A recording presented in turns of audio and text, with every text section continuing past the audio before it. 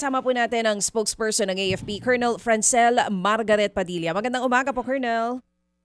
Magandang umaga, DJ Chacha. Magandang umaga po, Manong Ted. Magandang umaga po. Colonel, unahin po natin, ano na po ngayon ang latest update sa sitwasyon po doon sa Tipo-Tipo Basilan? Sa ngayon po, no, under control na po yung sitwasyon na nag-breakout nga po kahapon ng umaga. Yung tropa po natin mula sa 101st Infantry Brigade, no, at ang ating Joint Task Group Basilan, nakadeploy po doon at naka-defensive positions po sila para po siguraduhin, no, na ligtas po yung mga sibilyan at mga pasilidad po gaya ng municipal hall. Sa ngayon, DJ Chacha, ang AFP po ay on top of the situation at tuloy-tuloy po ang coordination natin sa mga local units on the ground. So as we speak, tigil putukan na po sa area na ito?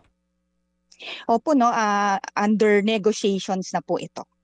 Pwede na po ba natin malaman kung ano mismo ang pinag-ugatan nito? Kasi noong una, may mga nagsasabi na yung area is under siege. And then kalaunan, may mga balita na lumabas na RIDO-related po yung insidente. Ano po talaga nangyari?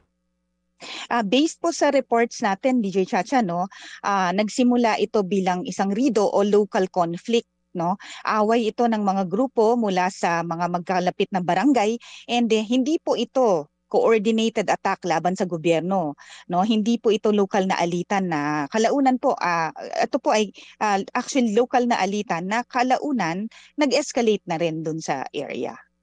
So ang malinaw, hindi po ito pag-atake sa gobyerno? Hindi po, no, ayon sa report natin, DJ Chacha, may mga local groups na sangkot dito, kabilang na nga yung ilang armadong miyembro dito ng MILF at local lawless elements, no. Pero ang malinaw, hindi po ito labanan na sa pagitan ng AFP at MILF, no. Nakikipag-unayan tayo sa ating MILF leadership, pati na rin ang Basilan Council of Elders and the provincial government para maayos nga natin itong sitwasyon na to sa pamamagitan ng dialogue at this point. Oo. Colonel, may inilabas sa joint statement kahapon din ng provincial government ng Basilan, kasama po yung militar, MILF at Council of Elders.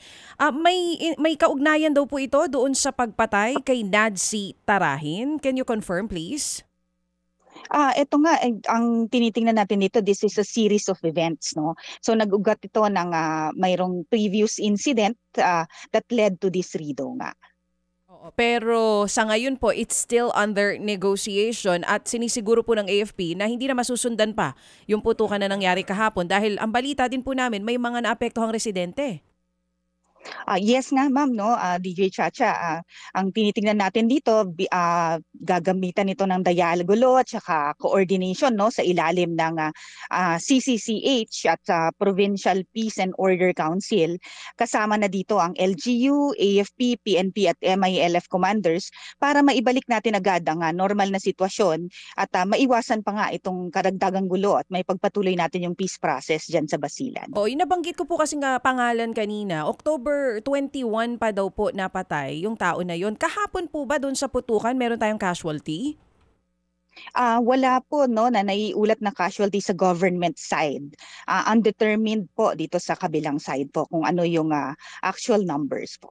So sa government side kasi nga po noong ano ho ba ang istorya kung kailan pumasok ang gobyerno, ang Philippine Army dito po sa pangyayaring ito, Colonel?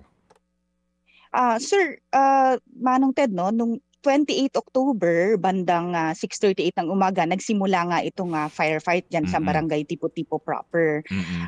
May mga maarmadong elemento nga, no, ng MILF at LLEs na nagbukas ng putok patungod dito sa Municipal Hall at sa mga tropa nga nitong ating 45th Infantry Battalion. Na actually po, nakaposisyon ito, defensive positions po tayo dito sa Tipo-Tipo National High School. No? Sinibayan nila to ng pagpapaputok dito sa Municipal Security Forces, kaya po rumespondo ang ating mga tropa para supilin po yung ganitong pangyayari. Ganun pa man, Manong Ted, no, nananatili po tayong nasa defensive defensive position, yung mga sundalo natin, habang inaalam nila yung ito pong kung yung putukan ay direktang laban sa gobyerno o bahagi ng lokal na alitan. So ito nga po na-determine na ito during that time na ito nga po ay isang rido. And ito na nga po ay inaaksyonan sa in peaceful means po, Manong Ted. Opo, yes ma'am, we understand. Pero para lang ho natin malaman talaga ang punot dulo ho nito, yung pong mga miyembro ng MILF, saan po silang panig, Colonel? Sa ngayon, sir, we do not want to preempt ito nga pong dialogue that's happening, no? Yun po yung initial reports that we gave to this end, no? But as of this time, ang gusto po nating i-highlight dito that this is that we are on top of the situation, and that Okay. this is an ongoing dialogue involving all the involved parties. Opo, sige po. So, ma'am, sorry po, no, kaunti lang po kasing detalye para lang ho mas maliwanagan, makuha namin yung buong picture dito. So, practically po, anong grupo itong magkaaway? Ang binigay po sa atin actually, sir, na reports as of this time is MILF and LLEs po. So as to LLEs the is? local lawless elements po, sir. Okay. So, local lawless elements versus ito pong mga miyembro ng MILF. Yun ho bang putukan, yung pong kanila pong barilan na nangyari, saan po particular na lugar, bakit na-involve yung ating tropa doon sa may bandang eskwelahan kaninyo? Ano ho ang kwento doon? Ayun nga, sir, no, meron tayong talagang troops that are deployed in the area, and ito po kasing putukan, sir, no, na lumalapit na po dito sa municipal area. So we were preempted po, no, we had to respond to maintain the peace po dito sa lugar. Okay. And meron ba tayong bilang dito? Mga ilan sila na nagbabarilan? Itong lawless elements at saka itong MILF. May bilang na po ang army natin? Ang nakuha nating information, sir, humigit kumulang po na around 100 po, no, 100 fully armed personnel na pinagsamang miyembro na nga po ng MILF at local lawless elements. Nakita po sila na gumagalaw po mula Barangay Bagindan papunta po sa Tipo-Tipo proper po. Opo, opo. Sino ho ba ang suspect dito po sa pagpatay kay Ustad sa Nazmi Asdana Tarahin? Ito, sir, hindi po binigay sa akin yung actual details kung sir, no, ang report po na naiulat nga po, these are a series of events na nag-ugat mula 21 October, another one in around 26 October, and then yun nga po, ito po pumutok na nga po itong alitan by 28 October po. Opo, kasi nga po sinasabi, no, may demand daw po na isurrender yung suspect sa pagpatay po dito kay ito pong isang konsehal ng barangay dyan po sa Tipo-Tipo. So, yung suspect ko ba dito ay lawless element o MILF? Dito, sir, sabi ko nga po, this will be under the sa the dialogue that will be occurring, sir. As of this time, ang reports po na hawak ko is yun nga po, yung latest na binigay na what led to the incident po, sir. And ito po yung ating naiulat po, sir. But as we have more po, no, sabi ko nga, hindi po natin gustong ma-preempt itong dialogo na nagaganap para po ma-maintain po natin itong peaceful resolution po nito through dialogue.